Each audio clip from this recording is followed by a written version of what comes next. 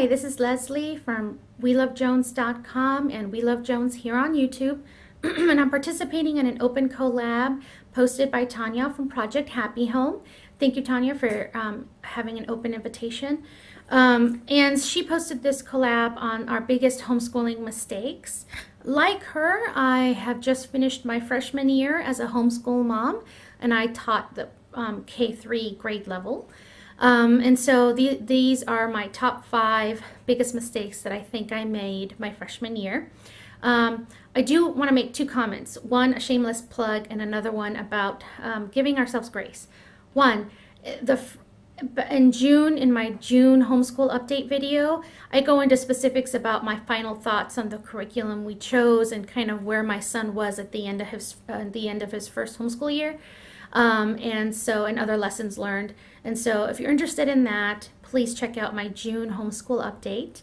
And 2, I grew up in Los Angeles and in LAUSD school district, the public school system there. It's very common for freshman teachers to burn out in 2 years, and very often they leave the profession because, it's tough to teach public school.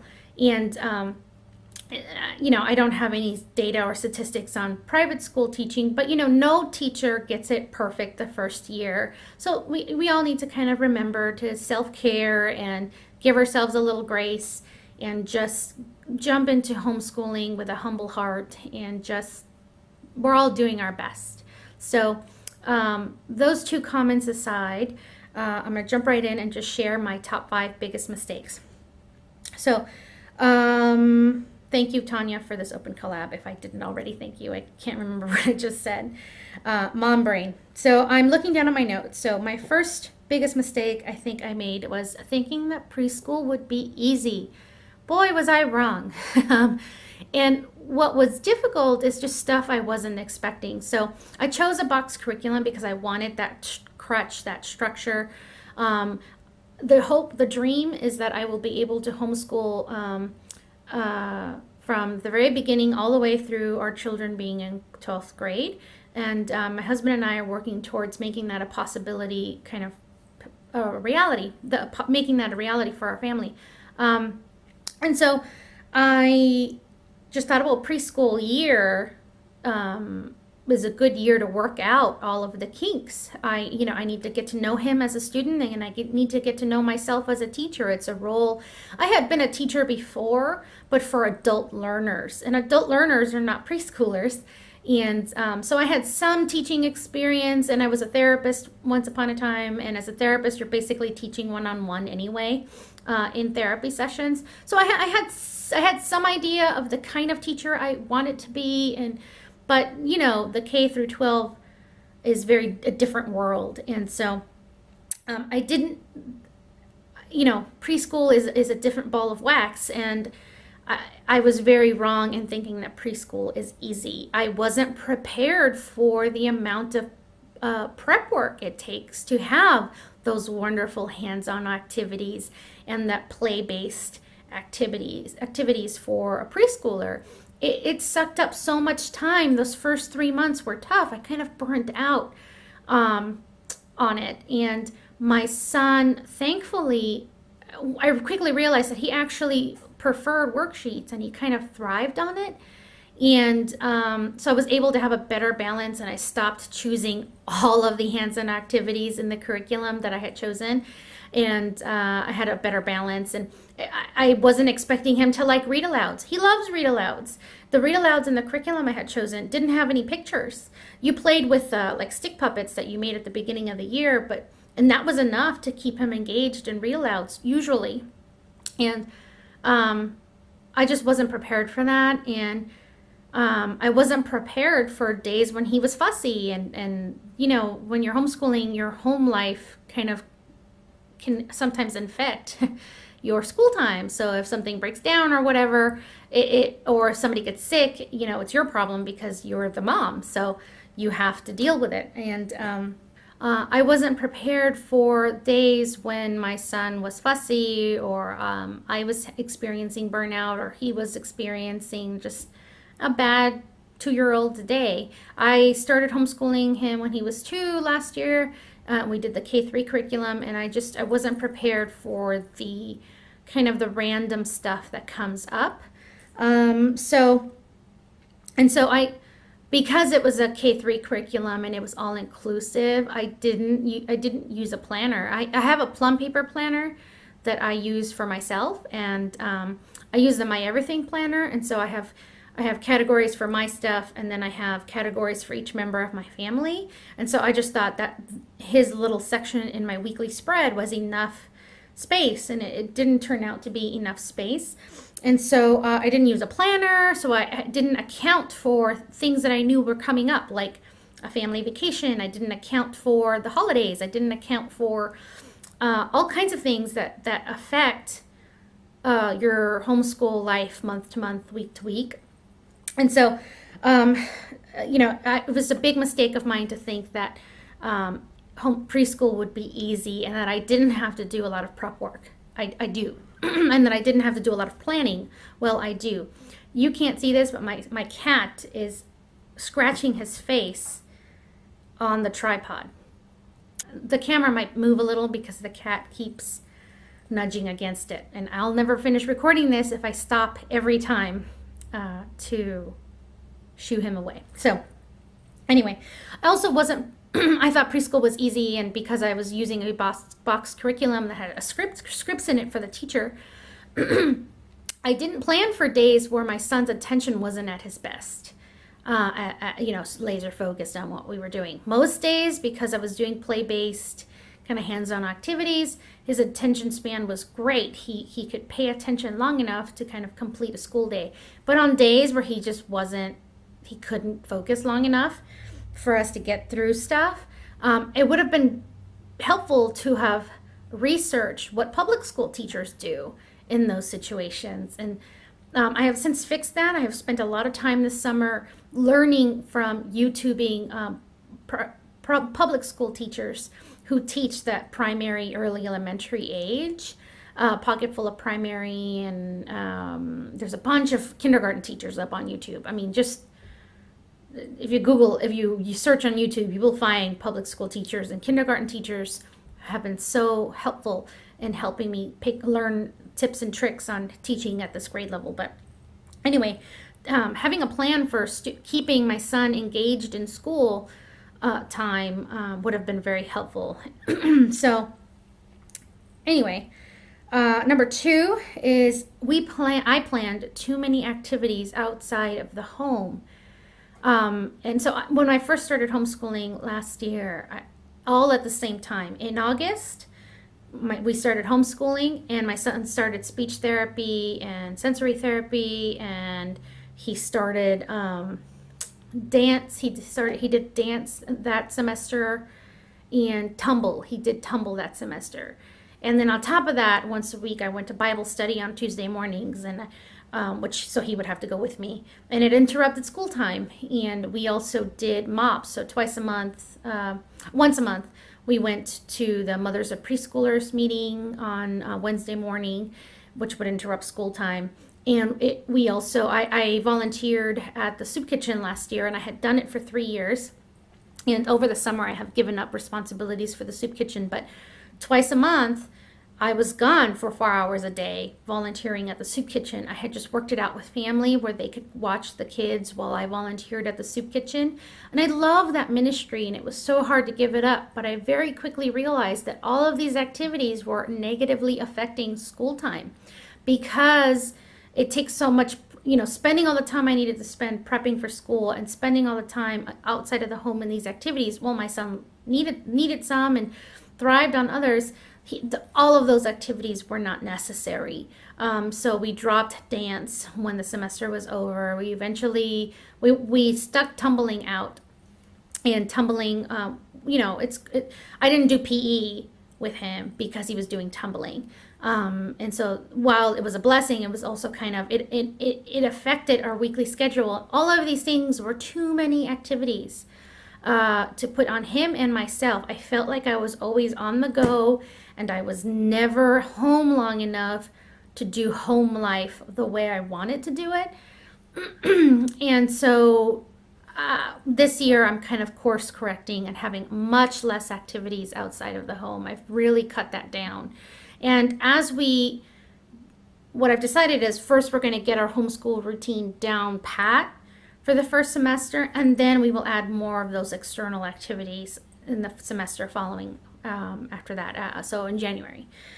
Because starting out the homeschool right and setting up the new routines, it's a transition, and so I now have a healthy respect for that. So I definitely encourage you not to plan so many outside activities that it negatively affects how you and your children enjoy homeschool life. I think once my kids get a little bit older and I'm not having to change diapers and they're not as dependent on me during non-school time, it'll be easier to incorporate more external activities. Once they're pitching in with chores and stuff. So, but for right now, I really need to just keep it down to basics. And so, where am I? Number 3? Oh, yeah. So, I don't know. I've lost count. I didn't number my bullet points here. I'm just speaking stream of consciousness. So, yeah, I've mentioned I didn't have a planner. That was a huge mistake. You kind of need to plan for things and have a vision for where you want to go, for where you want to take things for the year. I also didn't have a plan for 2 things that were very important to me, and I should have in looking back. So I did buy a curriculum for pre-K last year for faith formation. It's a Catholic curriculum, but it was 1 year too advanced. So at the end of the school year, it was perfect, but the early in the school year, it was a little too advanced, and so I kind of dropped it and figured, well, we'll just do our own thing for faith formation. I'll expose him to prayer, and he sees me pray, he sees us read our Bible, and he knows what the Bible is. He can say Bible now perfectly, but because the curriculum I chose didn't work out at first, I didn't have a backup plan. I kind of didn't do the best job I could have with faith formation with my son, and so that's definitely a big mistake on my part, is not having a plan for how to use the curriculum once I got it in. There goes my cat again. Go away. And then I also didn't have a plan for Spanish. One of my big reasons for homeschooling was I want my son to be bilingual. And because of his speech delay, and when we first started homeschooling last year, he was really not saying hardly anything. I mean, his vocabulary was just very limited, and when he did speak, it was in a very broken kind of way. Anyway, I got intimidated by that. So when 3 or 4 months in, I realized that his speech therapy was progressing very, very slow, and I got intimidated, and I got scared that exposing him to all the Spanish that I was exposing him to was actually delaying speech and hurting him. And so I backed off. Wasn't using a curriculum for him anyway, and so it was already extremely unstructured and informal. And I wish I had had a better plan and stuck with it as far as Spanish had gone, because he's, the research has shown that like a sponge phenomena, that children are capable of learning things very easily, that they learn like sponges. They just pick up on things just because they're exposed to it. It's true only till about age 9, and after that, age 9, 10-year-olds, that's less true. And so I feel very much like the clock is ticking. He just turned 3. I've got 6 years left before it will be natural for him to speak Spanish the way it is for me. And I want him to surpass me in his skills. So while Spanish is my first language, I can read and write it, but not well. I'd never formally learned all of the grammar and all of the grammar and all of the writing skills that I need to write well in Spanish. I can read. I probably read at about a 7th grade reading level in Spanish. I should be reading at a higher grade level, but I stopped learning grammar and reading in Spanish in about 3rd grade. And so on my own, I have gotten my reading level up higher, but I want him to be better than myself in Spanish. And so that was such a huge mistake, is not having a plan. Not that I necessarily needed a curriculum, but just having a plan for how I was going to, and how much I was going to expose him to Spanish. When I would try to expose him to Spanish every day, I failed miserably because my husband is not Hispanic, and it feels, for some reason, I don't know why, it feels very unnatural to speak to my son in Spanish. It just does. It shouldn't, but I've lived in Mississippi now for so long that I'm starting to think in English and not think in Spanish, and I'm starting to English is becoming my dominant language, which is fine, but it has negatively affected my ability to teach my son in Spanish. So I need to have some sort of a plan and a structure moving forward so that I don't falter. I've learned that I do not have, trying to speak in Spanish every day to my son isn't working, and it feels unnatural. So I've decided to stick to Spanish 1 day a week, and just, if I can, and I'll build on that. So I'll start with 1 day a week where we have some formal instruction in Spanish, and I'll build on that. And so just having a respect for where I am right now as a teacher and where he is as a student as far as foreign language development. And I've just decided to not back off like I did last year, but just have a healthy respect for where we are in life right now. And I'm sure as he gets older that I'll be able to instill in him the ability to read and write in both English and Spanish. We'll figure it out. I need to have less anxiety about it and just trust that it will happen because we work at it. And so anyway, and not be afraid that that his speech delay is because of all the Spanish I exposed him to early in life. I mean, he hears it when I speak to my mother on the phone, and he hears it when I speak to the three Hispanic people that live in town. I mean, there's more, but it's not a diverse town that I live in. It's not diverse here at all, in that way. Not like Los Angeles was, where there aren't very many other Spanish speakers that I could speak Spanish to. So anyway, I need to have a better plan for Spanish. Doubt was a big mistake. Allowing doubt to change what I was doing as a teacher. Like in the example I just gave with Spanish. I wish I had stuck with Spanish better last year, but the doubt, I let doubt creep in and negatively affect decisions I was making as a teacher. And really, you have to be able to separate out your own anxieties and just have faith that even if you're just exposing your child to something, that it is to their benefit, instead of backing off completely and not teaching something because of your own doubt about what you're doing. I don't know about you, but I often doubted, did I choose the right curriculum? Am I teaching in the right way? Is he really learning? Is he, that doubt can affect your enjoyment of teaching your child or your children if you have more than one. And it'll affect your child's attitude towards school. And so, yeah, doubt. That was such a big mistake, letting doubt infect our school days. And I've lost track of how many I have gone through. As I said, I think that's it. That is the biggest mistakes I have made my freshman year as a homeschool mom. I hope you found this video helpful and in some way was encouraging to you as we all get ready to start school year 2017-2018. Please comment below what your experiences were in your freshman year as a homeschooling mom.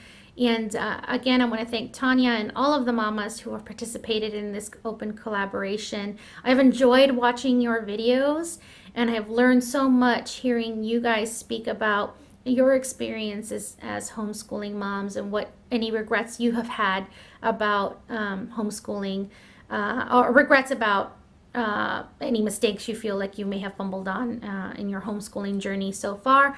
I think this YouTube is a great community and we all learn so much from each other, so everybody keep it up.